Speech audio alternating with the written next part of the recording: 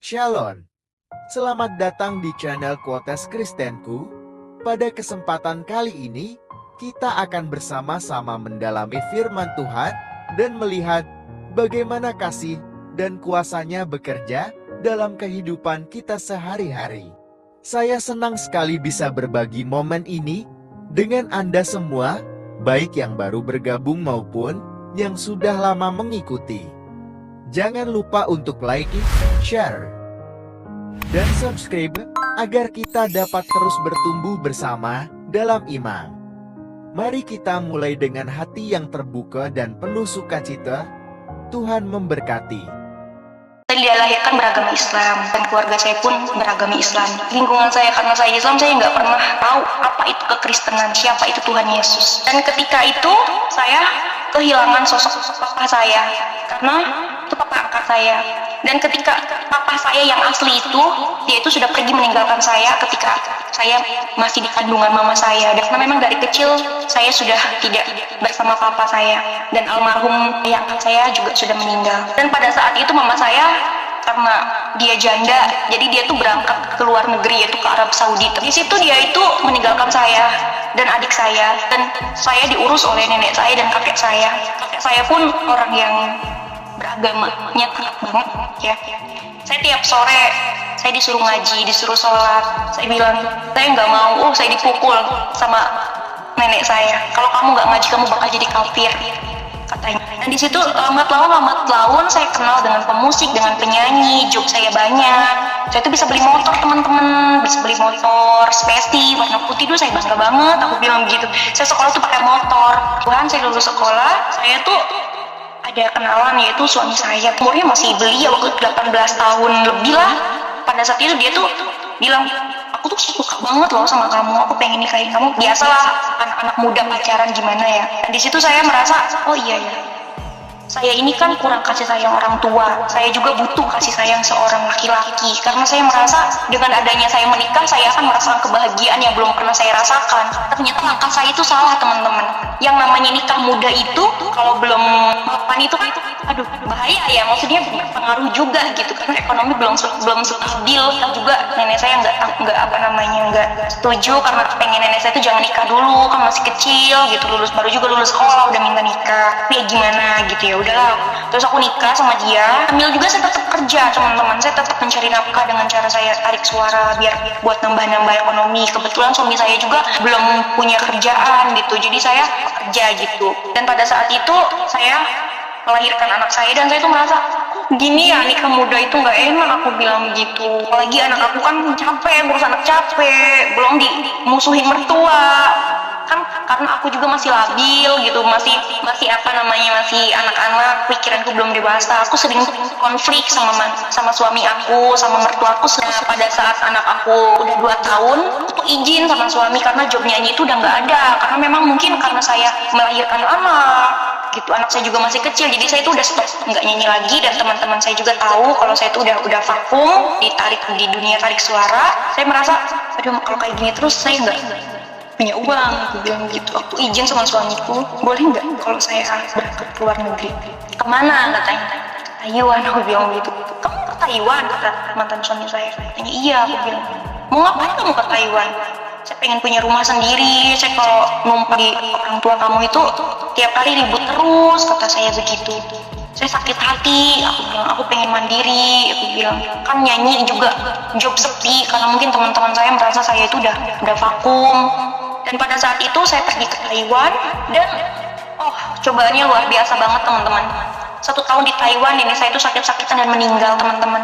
Aku telepon mama, mah pulang dong, aku manggil nenek aku tuh Umi kan udah pergi. Aku bilang, mama pulang, aku bilang. Nah, saya kan masih di sana, di Arab ya. Dari saya sekolah, mama aku tuh di Arab, karena dia sadar kalau dia tuh single parent, kalau dia nggak kerja siapa yang mau kasih uang gitu kan. Dia tuh bilang, ya udah kalau memang kamu nyuruh saya pulang deh. Iya, mama udah tua, aku bilang sambil ketawa. Jadi mama tuh pulang ngurusin anak aku itu cuma 1 tahun.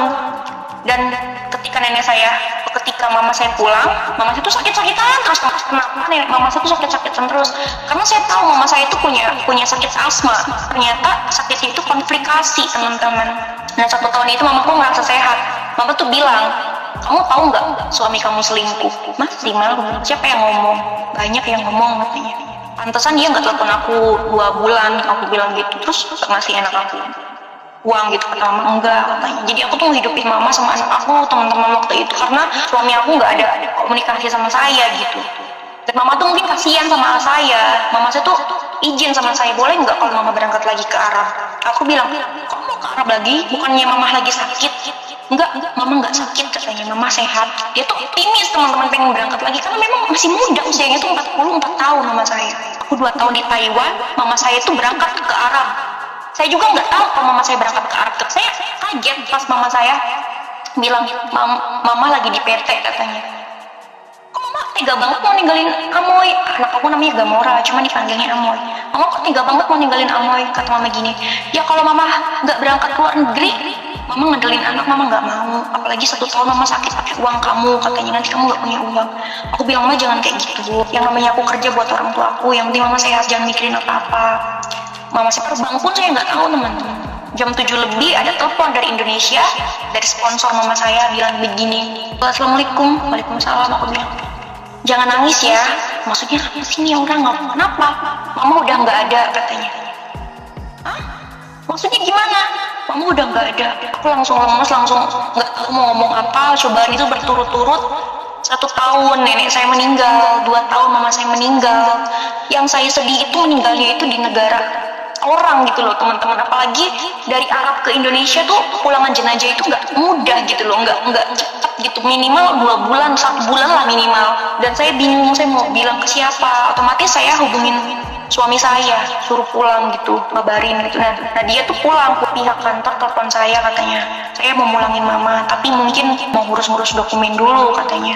Nah, ketika satu bulan lebih itu mama saya itu jenazahnya baru sampai Indonesia, udah dikebumikan teman-teman. Beberapa minggu kemudian ada kabar suami aku tuh menikah lagi.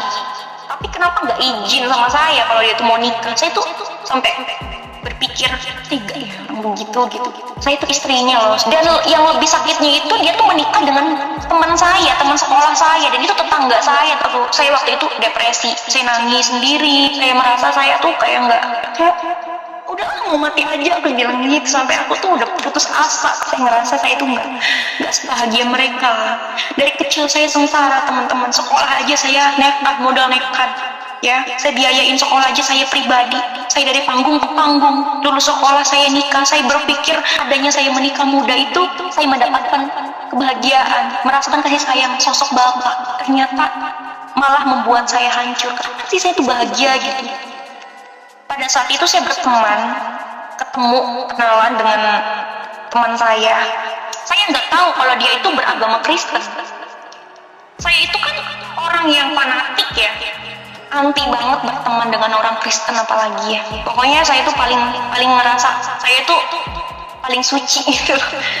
Dan saya jujur, saya ingat dulu itu ketika setiap saya lewat gereja, saya tuh bilang gini, tempat ibadahnya orang kafir gitu.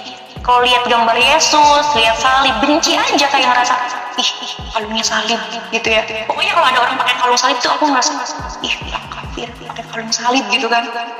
Karena saya belum mengenal kebenaran teman-teman. Pokoknya saya mengintimidasi lah istilahnya, menghakimi mereka.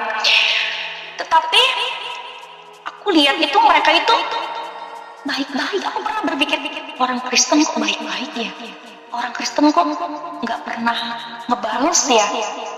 Orang Kristen kok kalau dibully nggak pernah kayak ngebully balik ya? Aku sempat bertanya begitu. Dan aku sempat mikir, waktu itu kan ada kejadian kejadian gereja dibakar gitu. Saya pernah berpikir seperti ini, kok gereja dibakar mereka biasa aja, maksudnya tuh kayak nggak ngebales. Nggak pernah aku dengar orang Kristen ngebom masjid kan, nggak pernah, saya belum pernah. Tapi saya benci gitu loh, padahal saya tahu mereka itu baik, tapi saya benci. Lewat gereja aja saya nggak sudi gitu loh. Kalau lewat gereja saya berpikir, ngapain sih saya lewat ke gereja, ini ibadahnya orang kafir, aku bilang begitu. Dan ada kesempatan teman-teman, mungkin ini rencana Tuhan, saya berteman dengan orang Kristen. Saya berteman dengan dia, saya nggak tahu lah latar belakang dia apa, keluarganya gimana, agamanya apa, karena saya nggak menanyakan itu. Terus saya bilang, kamu Kristen ya? Kamu kok tahu? Tadi ibu kamu bilang ke aku, dia mau kebaktian. Kebaktian itu apa? Aku bilang, itu kan ibadahnya orang Kristen. Kata dia, iya, aku orang Kristen. Masa kamu orang Kristen? Saya bilang, aku nggak mau berteman sama kamu. Lah, kamu kenapa nggak mau berteman sama aku? Enggak, kamu orang kafir, nggak mau. Karena memang saya tuh dari doktrin dari kecil. Nenek saya pun bilang, orang Kristen tuh nyembah patung, orang Kristen itu nyembah manusia, orang Kristen itu katanya sesat, kafir, nggak percaya Tuhan, kitabnya orang Kristen katanya palsu. Dan saya tuh terdoktrin tanpa tahu kebenaran, saya terdoktrin oleh kata-kata nenek saya, kakek saya, karena kakek saya juga pesantrenan teman-temannya, dia juga orang-orang yang agamanya taat gitu. Dan guru saya pun, guru Islam saya